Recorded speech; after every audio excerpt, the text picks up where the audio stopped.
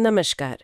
आज हम महाराष्ट्र के इंजीनियरिंग कॉलेजों में सिविल इंजीनियरिंग और उससे जुड़ी जो अलग-अलग शाखाएं हैं उनकी थोड़ी गहराई में उतर रहे हैं। हाँ। हमारे पास कुछ जानकारी है जो इन अलग-अलग स्पेशलाइजेशंस के बारे में बताती है। जी। हमारा मकसद है कि इन शाखाओं को थोड़ा बेहतर समझें कि सिविल इंजीनियरिंग असल में क्या है और इसमें मतलब क्या-क्या खास रास्ते बन गए हैं आजकल। सही बात है। ये तो हम जानते हैं कि सड़कें, पुल, इमारतें बनाने वाली ये इंजीनियरिंग की एक बुनियादी फील्ड है, पर इसमें भी कई परतें हैं, है ना? बिल्कुल बिल्कुल, काफी विविधता है इसमें।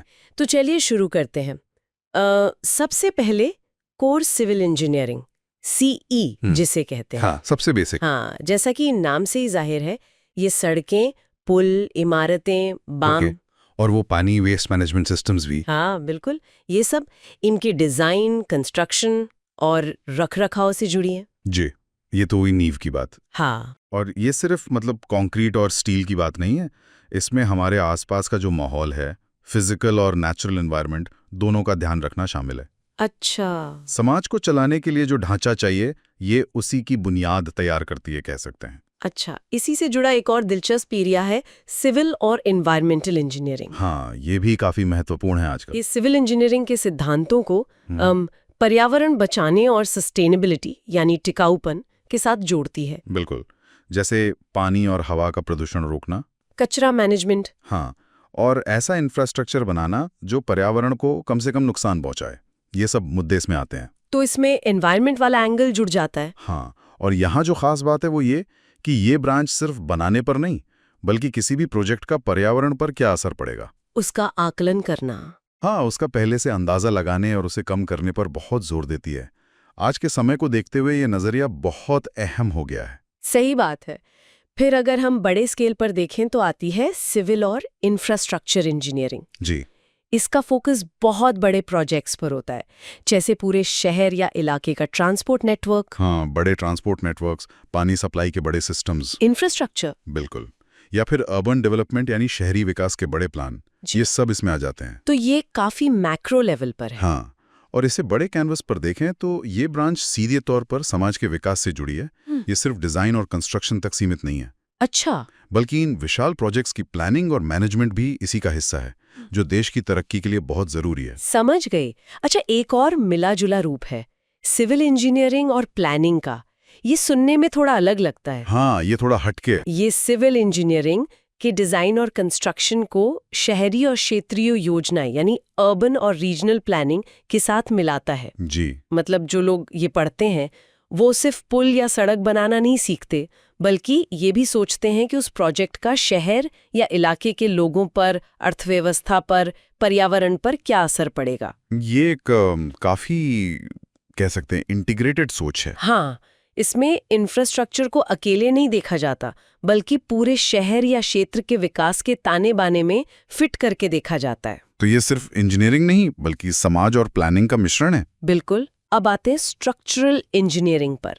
ये सिविल के अंदर ही एक स्पेशलाइजेशन है ना? हाँ, ये सिविल का ही एक महत्वपूर्ण हिस्सा है। इसका काम है इमारतों, पुलों, टावरों वगैरह के ढांचे यानी स्ट्रक्चरल हिस्सों का एनालिसिस और डिजाइन करना। जी, मकसद ये कि ये स्ट्रक्चर हर तरह के वजन और बाहरी ताकतों जैसे हवा या भूकंप, हाँ, उनको सुरक्षित रूप से झेल सके। बिल्कुल। और ये सिर्फ मजबूती की बात नहीं है, सुरक्षा सबसे पहले है। हाँ, ये पक्का करना कि बिल्डिंग या पुल स्थिर हो, सेफ हो। सही। आजकल नई सामग्री और कंप्यूटर मॉडलिंग की मदद से ऐसे डिजाइन बनाना मुमकिन हो गया है जो हल्के भी हों और ज्यादा मजबूत भी। दिलचस्प है। अंत में एक और चीज का जिक्र है, आर्किटेक्चरल असिस्टेंटशिप। हाँ, ये जानना जरूरी है कि ये आमतौर पर बीटेक डिग्री नहीं है।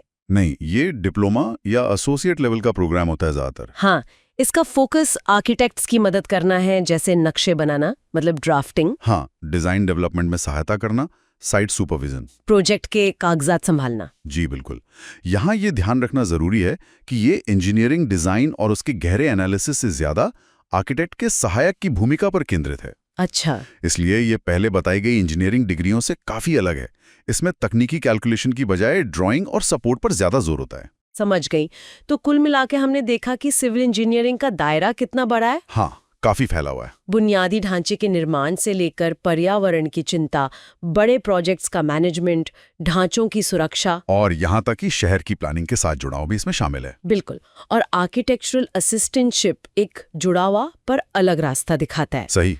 यहाँ सोचने वाली बात यह है कि किसी को कौन सी शाखा चुननी चाहिए, ये इस पर निर्भर करता है कि उसकी दिलचस्पी किस में है। हाँ। क्या वो बड़े पैमाने पर प्लानिंग और मैनेजमेंट में जाना चाहता है, या फिर डिजाइन और एनालिसिस की बारीकियों में उसकी रुचि है, या फिर पर्यावरण से जुड़े मुद्दों को इंजीनियरिंग में लाना चाहता है। हाँ बिल्कुल।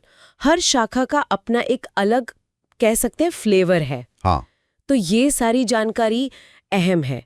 एक सवाल जो दिमाग में आता है वो ये है कि जी, जिस तेजी से शहर बढ़ रहे हैं और पर्यावरण की चुनौतियां भी सामने आ रही हैं, उसे देखते हुए आपको क्या लगता है, सिविल इंजीनियरिंग की इन शाखाओं में से किस में अगले 10 सालों में सबसे ज्यादा नए आइडियाज या सबसे ज्यादा जरूरत देखने को मिल सकती है? एक बहुत अच्छा सवाल है, सोचने वाली बात है। शायद एनवायरमेंटल और इंफ्रास्ट्रक्चर वाली शाखाओं में काफी कुछ नया देखने को मिले। हाँ, हो सकता है। इस पर वाकई सोचा जा सकता है।